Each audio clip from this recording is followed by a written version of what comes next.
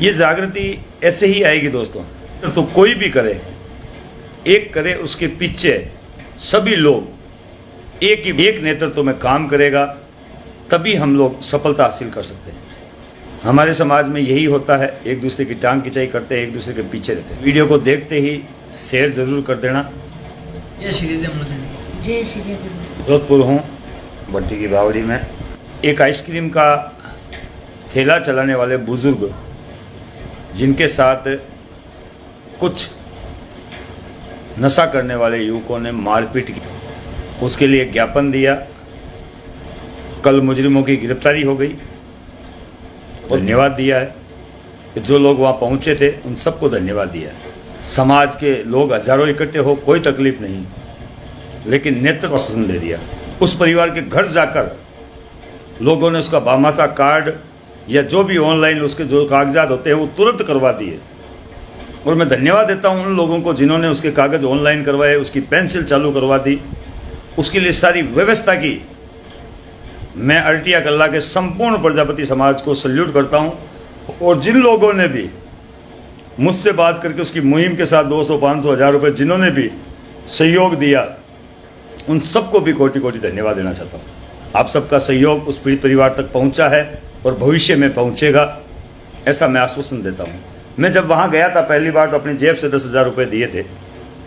तब मैंने ये कहा था उस परिवार को कि भाई मैं आपको हर महीने आटा रोटी के पैसे ज़रूर दूंगा, और मैं वादा करता हूँ उस परिवार को हमेशा सहयोग करता रहूँगा आपके कारण से।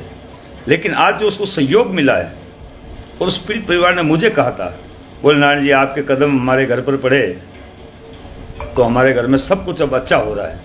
पिछले 9 साल से भयंकर दुख और पीड़ा में था मैं, लेकिन आज मेरे घर पर समाज ही समाज दिख रहा है, और ये बहुत अच्छी बात है।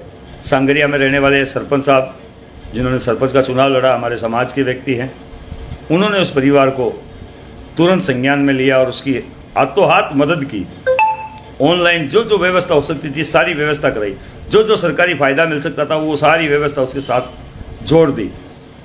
ये मुझे बड़ा अच्छा लगा कि मेरा समाज जागृति की ओर है।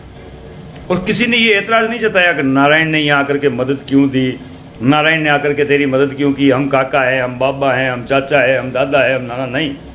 उन्होंने कहा नारायण जी ने हमें बताया, हमारे गांव में आकर और हमें जगाया, उसके लिए नारायण जी को धन्यवाद। सभी लोगों ने मुझे भी धन्यवाद दिया है, और उस परिवार ने भी मुझसे कहा है कि नारायण जी बहुत बढ़िया काम कर दिया।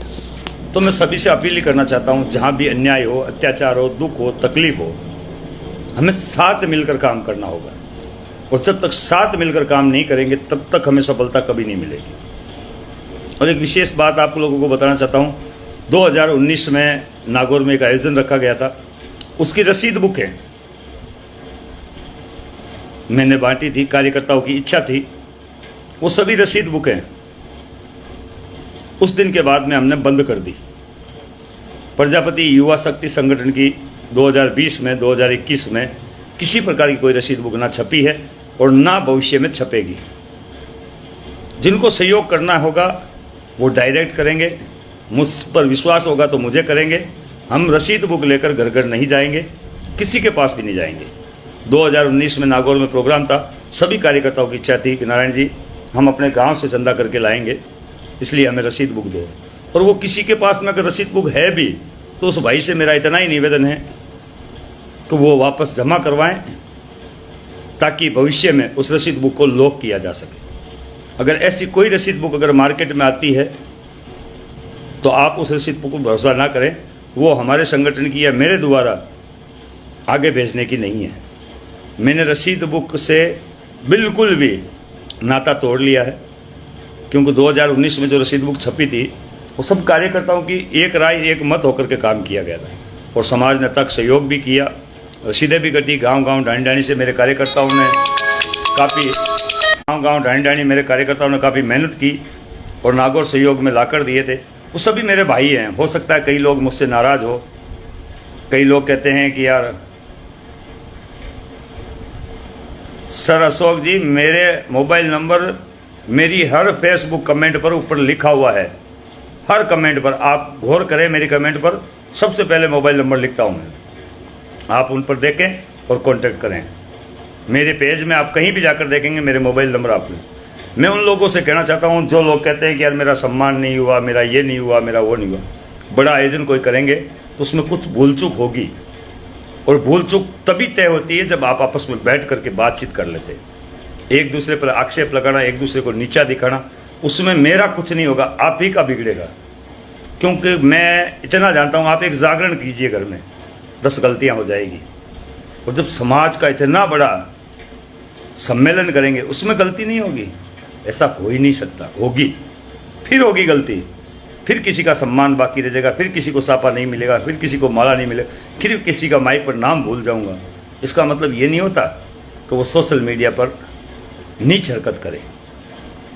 वो मुझे कॉल करें, मुझसे बात करें, बैठकर समझें, आपस में बैठकर सुलह करें, आपस में बैठकर चर्चा करें। ये बहुत ज़रूरी है। और आज मैं पुनः अपील करता हूँ, ये जो 2 जगह समाज पॉजिटिव हुआ है, ये बहुत अच्छी बात है समाज के लिए।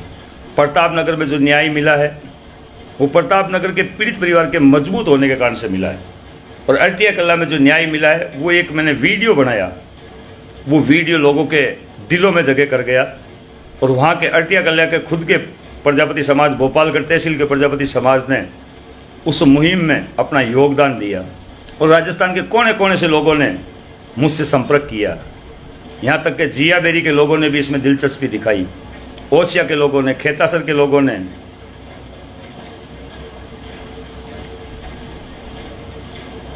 और भी ना जाने कहाँ कहाँ से, बावड़ी के पास गंगाड़ी गांव से, बावड़ी से, सोइला से, खिंवसर से, सरवंजी जैसे और भी कई लोग हैं जिन्होंने बढ़ चढ़कर ये मुझे विश्वास दिलाया कि हम हमेशा इस परिवार का सहयोग करेंगे।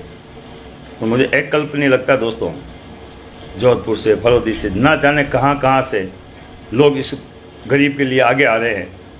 वाकई सल्यूट के मामला है ये, कि ऐसे लोगों का पैर छूकर अभिनंदन करने का जी चाह रहा है मेरा, कि लोगों ने मेरे एक वीडियो बनाने पर, और सबसे बड़ी बात उसके परिवार के सदस्य, उसके भाई, काका, बाबा, दादा, नाना, उन्होंने मुझे भला बुरा नहीं कहा।